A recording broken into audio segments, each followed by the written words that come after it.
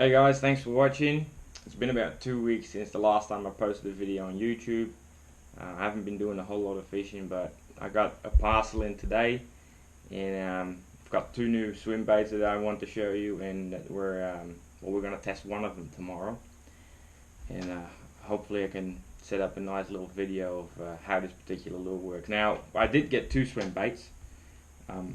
This particular one I'll be testing later on this year, when it really heats up here in Texas. It's already pretty warm, but we want it to be really hot for this particular model because this one's actually been designed to just do a fast retrieve, and not really for the slow retrieve fishing. So we want that water to be really warm, and we'll go from there. So this one will be one for the future.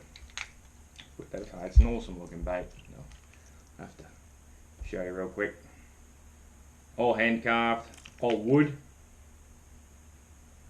Fantastic lure, just like the one that I previously showed you. It's fantastic looking lure. So yeah, looking forward to trying that one out. Now the one that we'll be testing tomorrow is a double jointed or 3-segmented bait as well, but it's actually a glide bait, believe it or not. Now correct me if I'm wrong, but generally glide baits have a single joint and consist out of 2 segments. The glide baits really are intended to be twitched, fished from side to side, letting it glide from side to side, as the name would suggest.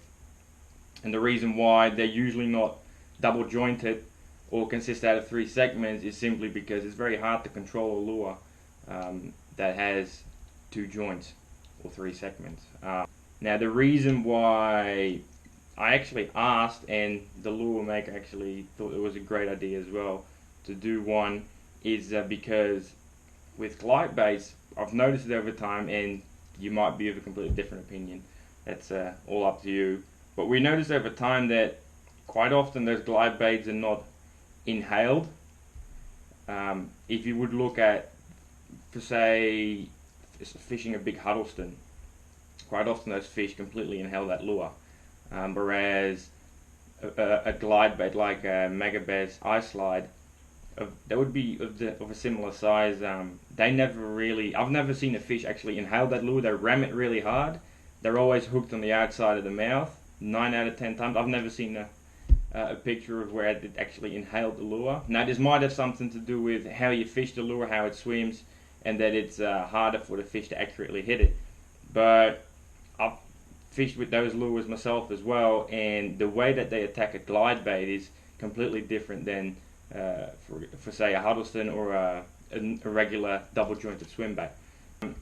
And we both were of the opinion that the big bass don't necessarily see a big glide bait as a prey item, but more as a nuisance. Now obviously there will be situations where they will see it as a prey item, but quite often, just because they're ramming out of the way and they've got a very different vibration and presence in the water in contrast to other swim baits, made us believe that there might be a bit of a problem-solving opportunity there. So what we've done, essentially, and I think the biggest focus for us was to eliminate the clicking sound that came off the 2 segments that hit between the joints.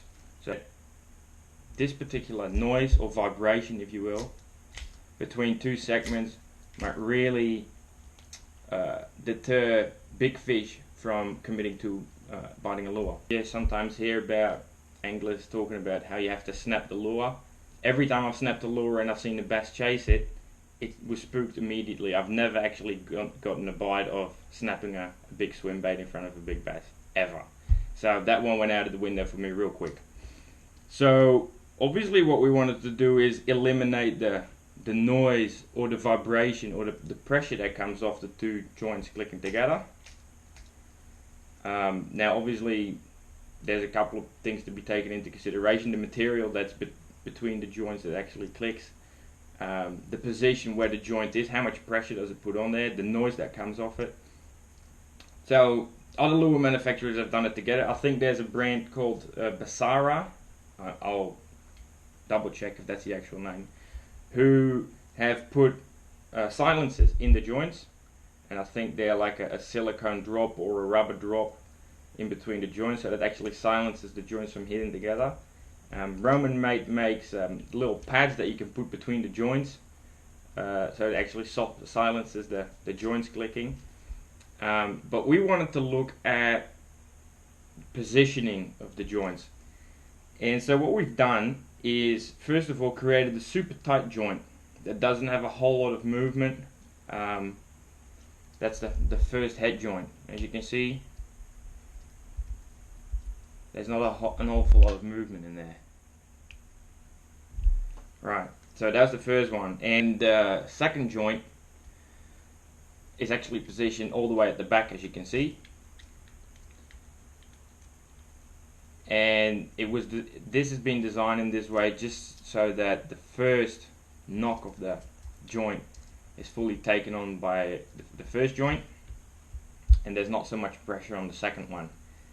Sounds awfully complicated right now, but once we do the pull test, which we'll do in a bit, it might all make a lot more sense. So now this sounds all good in theory. Obviously we still have to test it, but what we're looking for when we're testing this lure is to either see a bass follow it and commit it without any problem, or just get really hard takes on this lure, and hopefully we can make that happen. So that'll be interesting. We'll be doing that tomorrow. The weather's crap right now, so I won't be going out, but tomorrow I think will be a better day, so fingers crossed. Now we'll do a quick pull test today, which we'll go through right now. Alright, so for the pull test, I've got some 30-pound fluorocarbon leader. It makes the lure sink extremely slowly, so it's safe to assume that it's actually a suspending lure. It's extremely well balanced, and the swimming action is phenomenal, as you can see here. Even though it's got 2 joints and 3 segments, it swims incredibly well from side to side.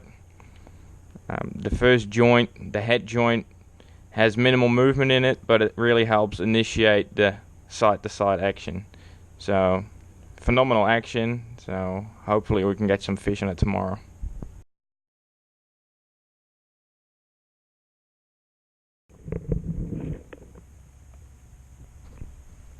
So today we're fishing Turtle Creek. There's no secret about this spot. I think a lot of people know about it, as you could probably see from all the lures that hang up under trees when you visit this spot.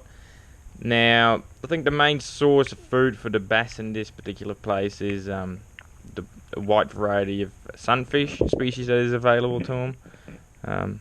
There is quite a couple. I quickly put a camera in, but at first they were a bit scared, but they can't help themselves with their inquisitive nature, so they definitely always want to make a camera appearance. But we are definitely not here for the sunfish. We are here to catch some bigger versions of the fish that's swimming right behind the sunfish right now, the largemouth bass. So let's see if we can get a couple.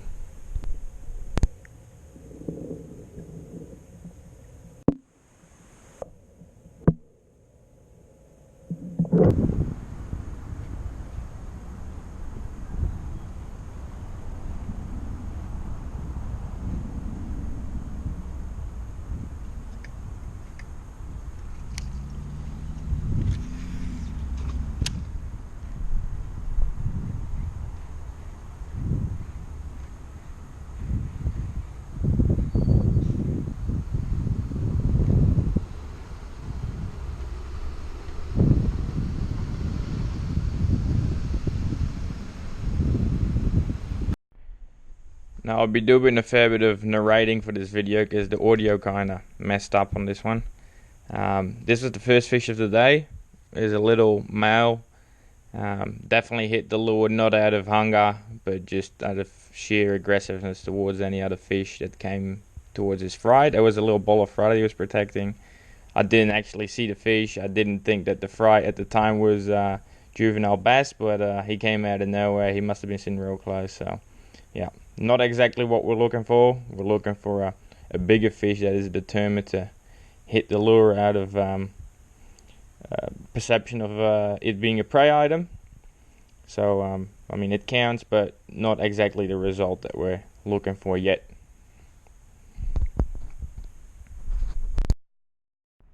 Now, this was the second fish, and it's practically the same story here. Obviously, an undersized fish that, well, undersized in terms of what you would expect to hit a big swimbait. I think I didn't see where this fish came from. I didn't see any fry near it, but I assumed that it was either nest protecting or protecting the fry. So, yeah, again, not the result that we're looking for, but it's a fish. Now, this particular fish was a completely different story. I actually saw the take. I saw where she came from. I saw where she hit it. And this was definitely not a take out of aggressiveness of a protection of the eggs. She did definitely inhale the backside of the lure first. Really chomped on the tail good. As you can see, the hook is actually in the corner of the mouth. This was actually the result we're looking for. It's a very good sized fish for the area that we were fishing in. So I'm very happy with that result. Now, one thing that I will have to say is that obviously this is just one day of testing. We got 3 fish in total, and there might be a lot more variables to be considered. But at least we sort of got what we came for. So, any further updates on these lures, I'll definitely keep you guys posted on. And yeah, thanks for watching, and please subscribe if you haven't already done that yet. And yeah, keep watching. Cheers.